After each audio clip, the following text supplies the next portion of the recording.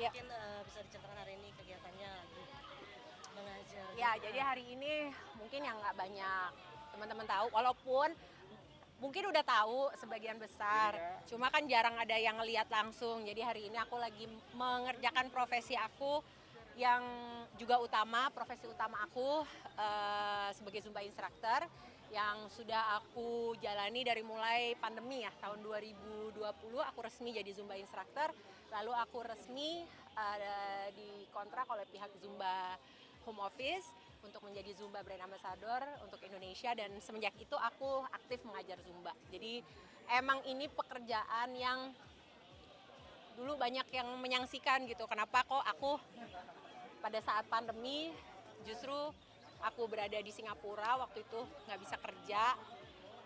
Aisyah masih pengobatan, masih aktif treatment, masih aktif kemoterapi, dolar juga waktu itu sudah mulai naik. Perbatasan negara ditutup, berarti aku nggak bisa keluar dari Singapura. Jadi otomatis aku nggak bisa bekerja sebagai seorang penyanyi ya, sebagai seorang penyanyi, TV host, TV persona, aktris nggak bisa karena posisinya aku nggak bisa keluar dari Singapura. Aku nggak ada pemasukan, jadi waktu itu yang kepikir sama aku cuma gimana caranya aku bisa dapat nafkah, aku bisa dapat sumber nafkah lain nih di masa pandemi ini. Karena udah hampir nggak ada pekerjaan yang bisa jalan kan pada saat itu, kecuali kalau misalnya bekerjanya di bidang medis gitu. Waktu itu langsung aja aku kepikiran, oke, aku mau melakukan mencoba pekerjaan di bidang yang kebetulan aku juga emang happy banget dan suka banget, yaitu olahraga. Dan olahraga yang aku paling favorit dari dulu emang Zumba, karena ya teman-teman lihat sendiri ya, olahraganya kan musik, kita joget, kita happy gitu, dan ada unsur entertainingnya juga gitu. Jadi aku merasa ini kayak udah jiwa aku di sini. Akhirnya aku ambil trainingnya, sertifikasinya. Aku dapat sertifikasinya itu kalau nggak salah di hari Rabu. Hari Minggunya aku langsung ngajar, buka kelas online. Saking aku kepengen cepet-cepetnya menghasilkan uang dari situ gitu. Dan banyak sih waktu itu, termasuk mama aku juga yang kayak, kamu yakin nak gitu, karena mungkin kalau almarhumah ya mikirnya, karena pada saat itu aku juga udah lumayan gitu kan, yakin mau memulai lagi pekerjaan di sebuah bidang yang aku baru banget, dan berarti kan aku harus mulai dari nol ya. Kalau di musik aku udah bertahun-tahun, 20-an tahun gitu, tapi kalau di Zumba itu berarti kan aku harus mulai lagi dari nol gitu. Aku bilang nggak apa-apa mah, bismillah, doain aja, aku bilang.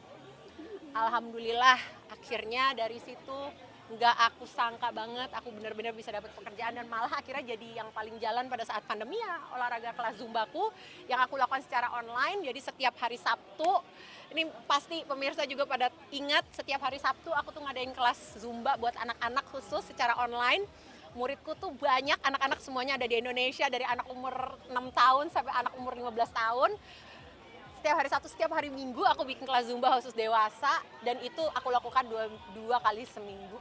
Dan akhirnya mulailah datang pekerjaan mengajar Zumba online dari perusahaan-perusahaan, dari instansi pemerintahan, dan alhamdulillah ya Allah, pertolongannya, aku menganggap itu pertolongan Allah juga. Akhirnya sekarang aku bisa punya satu studio olahraga di Jakarta Selatan, berpartner juga di situ juga Zumba kita.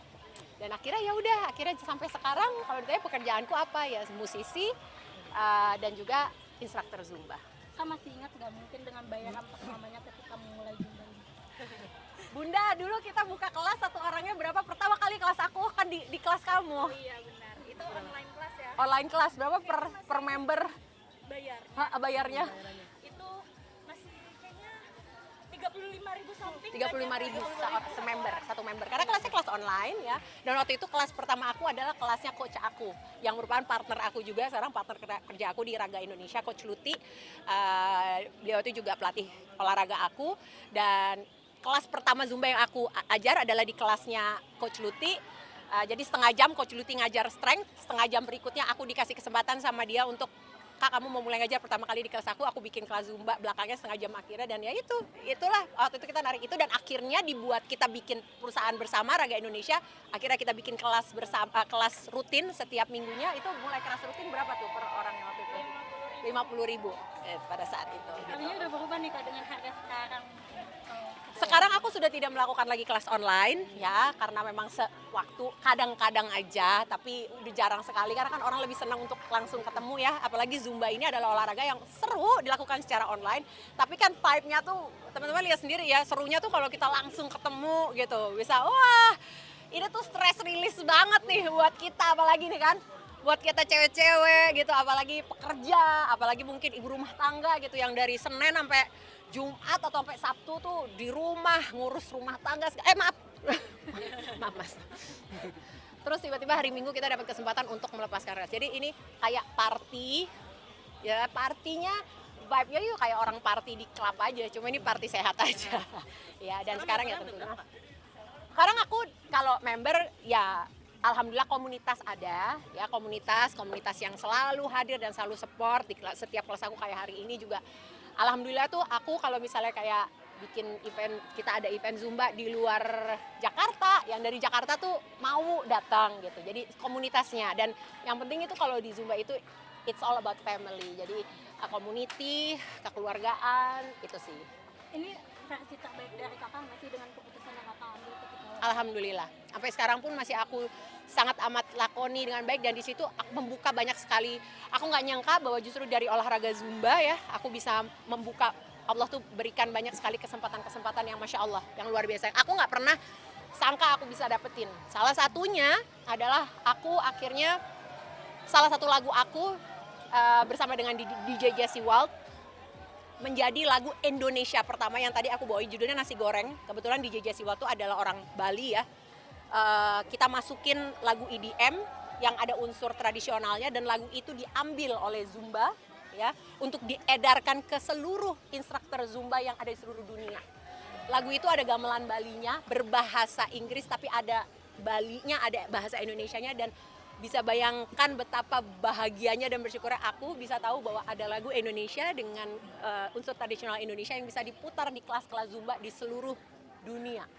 Gitu, dan itu Masya Allah, itu adalah kesempatan yang terbuka oleh Zumba. Yang lain lagi kesempatannya adalah aku dapat kesempatan untuk ngeluarin sebuah single, bekerja sama dengan musisi dan produser dari Amerika. Mereka produser hebat, ada 3 orang, 1 rapper juga, yang 2 adalah produser yang luar biasa, DJ. Kita ngeluarin lagu dan aku menyanyikan lagu berbahasa Spanyol. Dan lagu itu juga dirilis untuk Zumba di seluruh dunia. Jadi ini adalah kesempatan-kesempatan yang akhirnya aku bisa dapatkan. Aku tidak sangka bisa dapetin dari Zumba gitu. Kak, bisa membuktikan yang kamu dapati ini bisa dibilang berkah anak juga nggak sih? Berkah Rezeki anak. pasti, doa anak juga, rezekinya Aisyah juga pasti. Karena kan doa aku ya sebagai seorang ibu ya, kita semua sama. Apalagi mungkin di sini para ibu yang juga merasakan jadi ibu tunggal ya, ibu tunggal bekerja untuk anak. Doa kita tuh setiap hari, ya Allah, kalau begitu aja udah. Jadi apa, doanya tuh kan setiap hari gimana sih, kayak berikan kemampuan gitu untuk kita nih untuk bisa memberikan kehidupan yang terbaik untuk anak, apapun itu ya kan. Kayak misalnya semuanya pasti tentunya selain memberikan bimbingan yang baik, membimbing, mengajarkan agama sebaik-baiknya dan segala macam, tapi juga kan bisa memberikan semua yang terbaik, pendidikan yang terbaik, kesehatan semua yang terbaik, dan semua itu ya mau nggak mau memang kita harus kerja karena butuh cuan. Gitu. Jadi ya doanya sama Allah kan selalu itu. Makanya kalau dibilang rezeki anak, betul, karena kan doanya selalu supaya saya bisa memberikan kehidupan yang terbaik buat Aisyah. Tapi kan kalau misalnya Aisyah terjun ke dunia Zumba lagi, apakah setuju nggak sih Kak? Wah, boleh banget. Aku harus senang banget, pasti. Dan dia itu jujur, Zumba itu, olahraga Zumba itu pada saat aku pertama kali jadi instruktur Zumba, maaf ya. Akhirnya pada saat itu dia masih kemo ya, dan dia itu kakinya itu kan lemah pada saat kemo ya. Malah sempat lama tuh dia harus aku pakein kursi roda karena dia kakinya tuh nggak bisa jalan terlalu jauh, gampang capek, gampang lemas, gampang kesandung, gampang jatuh kalau lagi jalan gitu. Tapi salah satu yang bikin dia happy itu adalah di saat aku lagi ngajar Zumba. Jadi kalau aku ngajar Zumba online, ini laptopku ngajar nih kan, muridku kan di laptop nih kameranya, di belakangnya laptopku tuh Aisyah ngikutin aku. Jadi nanti dia ngikutin aku, ya kadang-kadang sambil duduk, tangannya aja ikut gitu. Akhirnya aku mikir, dari situ aku mikir, oh aku kayaknya harus ambil sertifikasi license untuk mengajar kelas Zumba untuk anak. Dan akhirnya waktu itu kita bikin kelas Zumba, anak pertama aku adalah bekerja sama dengan rumah singgah untuk anak-anak kanker yang ada di Indonesia, ada 2 waktu itu rumah singgah.